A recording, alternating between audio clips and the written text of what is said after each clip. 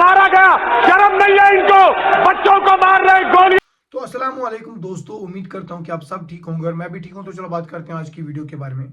उससे पहले मैं बता दूं कि मेरा नाम है तोशिद भट्ट और दोस्तों आए दिन पार्लियामेंट में कोई ना कोई बातें उठती रहती हैं, जबकि असदुद्दीन अवैसी टारगेट करके जिस इंसान को भी टारगेट करता है तो हकीकत की बात कहता है। तो आज असदुद्दीन अवैसी ने कुछ ऐसी बातें बीजेपी को टारगेट करके बताई हैं जो आपको सुनने के लायक है, जिसने हर एक चीज बताई गई है, जिसमें गरीब से लेकर अमीर तक बातें की गई है। तो क्या कुछ असदुद्दीन अवैसी ने इस वीडियो में कहा है, तो चलो सबसे पहले हम इस वीडियो को के अंदर देखते हैं। सरकार से जानना चाहता हूं कि देश की माएं आपसे सवाल कर रही हैं कि आपने उनके मासूम बच्चों को दूध और अंडे से क्यों महरूम करके रख दिया। देश का वो ट्रक ड्राइवर जो नौजवान है आपसे सवाल कर रहा है, उसकी आमदनी 2014 से नहीं बढ़ी मगर उसके खर्चे डबल हो गए। देश का वो प्लम्बर मोदी सरकार से सवाल कर रहा है कि वो 2 साल से बेरोजगार है, कोविड-19 से कर्जों में डूब चुका और एक गैस का सिलेंडर। मोदी सरकार से देश की 50% आबादी जो नौजवानों की है वो उससे सवाल कर रही है कि हम 50% तो हैं मगर 28% बेरोजगार क्यों हैं, आपने हमारा मुकद्दर बेरोजगार क्यों बना कर रख दिया। आज देश के आंगनवाड़ी वर्कर मोदी सरकार से सवाल कर रहे हैं कि हम 4,500 रुपये माहाना में कैसे जिंदगी गुजारेंगे, और साथ ही साथ हमको कहा जाता है कि हम फ्रंटलाइन वर्कर बनकर रहे। माएं आपसे सवाल कर रही है मोदी सरकार से कि उज्ज्वला योजना के सिलेंडर जो 2015 में कीमतें थी वो डबल हो गई, आज वो कीमतों को रिफिल नहीं सिलेंडर को रिफिल नहीं करा सक रही है। सर वो आज गरीब घरों की महिलाएं देश के प्रधानमंत्री से सवाल कर रही हैं कि जो कॉस्ट ऑफ बेसिक ग्रोसरीज था वो 68 हो गया, मोदी सरकार को उसकी खबर है या नहीं। आज इस देश का मजदूर मोदी सरकार से सवाल कर रहा है कि 2015 से उसकी तनख्वाहों में सिर्फ 22% इजाफा हुआ है मगर price of essential food item से 50% इजाफा हुआ है। सर देश का गरीब जो आज भूखा सो रहा है वो देश के प्रधानमंत्री मोदी से पूछ रहा है कि मैं रात में और मेरे बच्चे भूखे सोते हैं मगर देश में 215 बिलियनर पैदा हो गए, कब तक गरीब का पैसा बिलियनर को जाएगा, वो गरीब मोदी सरकार से सवाल कर रहा है। देश का नौजवान मोदी सरकार से सवाल कर रहा है कि मैं खेतों में काम कर रहा हूं, मेरी तनख्वाह में इजाफा नहीं होता और मेरी उसमें इजाफा होता है।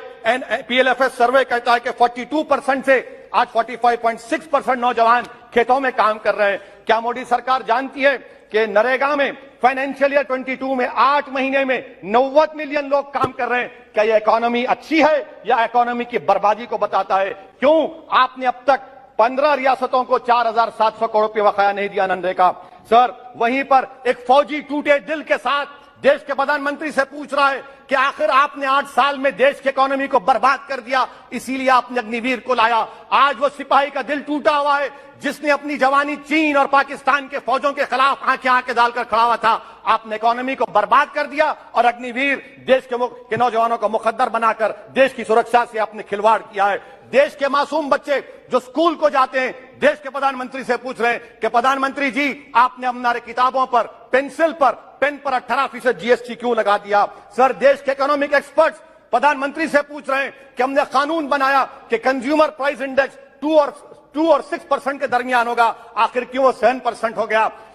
WPI 15% हो गया। सर देश के 40 करोड़ गरीब से गरीब देश के प्रधानमंत्री को खुलकर जवाब दे रहे हैं और पैगाम पहुंचा रहे हैं कि इन्फ्लेशन करप्शन के बराबर है। वो 40 करोड़ गरीब देश के प्रधानमंत्री से कह रहे हैं कि आपकी सरकार में और यूपीए की सरकार में कोई फर्क नहीं है, इन्फ्लेशन उनकी नजर में करप्शन है। सर देश के गरीब आदमी जो 95% FDs में डालते हैं वो देश के प्रधानमंत्री से पूछ रहे हैं कि आपकी सरकार के गलत फैसलों से 7% इन्फ्लेशन की वजह से वो 3.5% पर एनम उनको लॉस हो रहा है। सर वहीं पर देश के गरीब प्रधानमंत्री से पूछ रहे हैं कि हम आपकी गलत पॉलिसियों की वजह से आटा, बिस्किट, टूथपेस्ट कम खरीद रहे हैं।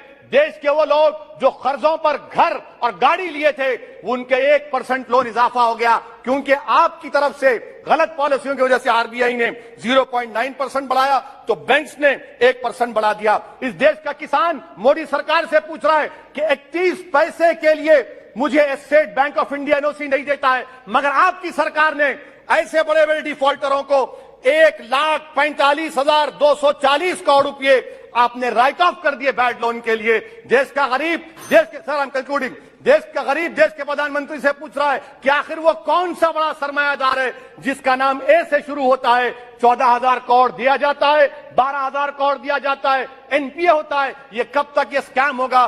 देश को आप बेवकूफ बनाते रहेंगे। Sir, FD rates 0.1% risen, but banks is making 0.8%. What is this? And in conclusion, sir, मैं खत्म करने से पहले याद दिलाना चाहता हूं कि हमारे फाइनेंस मिनिस्टर ने किसी एक बजट स्पीच में एक शेर पढ़ा था, यकीन हो तो कोई रास्ता निकलता है, हवा की ओट भी लेकर चिराग जलता है। मैं कहना चाहूंगा कि फाइनेंस मिनिस्टर साहिबा, आपने गरीबों के चिराग को गुल कर दिया, आपने दौलतमंदों की हवा में इजाफा कर दिया, आपने गरीबों के रास्ते पूरे बंद कर दिए। और शायर ने सही कहा था देश के प्रधानमंत्री के बारे में कि जो कहता था तारे तोड़कर लाऊंगा, जो कहता था तारे तोड़कर लाऊंगा, उसने आसमान ही गिरा दिया मुझ पर। सर, ये इनकी पॉलिसी है। सर, कंक्लूड कर रहा हूं, ये इनकी पॉलिसी। सर, खत्म करें। ये मोदी सरकार की पॉलिसी है। देख लीजिए सर, सिर्फ 50 एमपी बैठे, इनको प्राइस राइज से मतलब नहीं है, मगर देश की जनता का आक्रोश समझिए।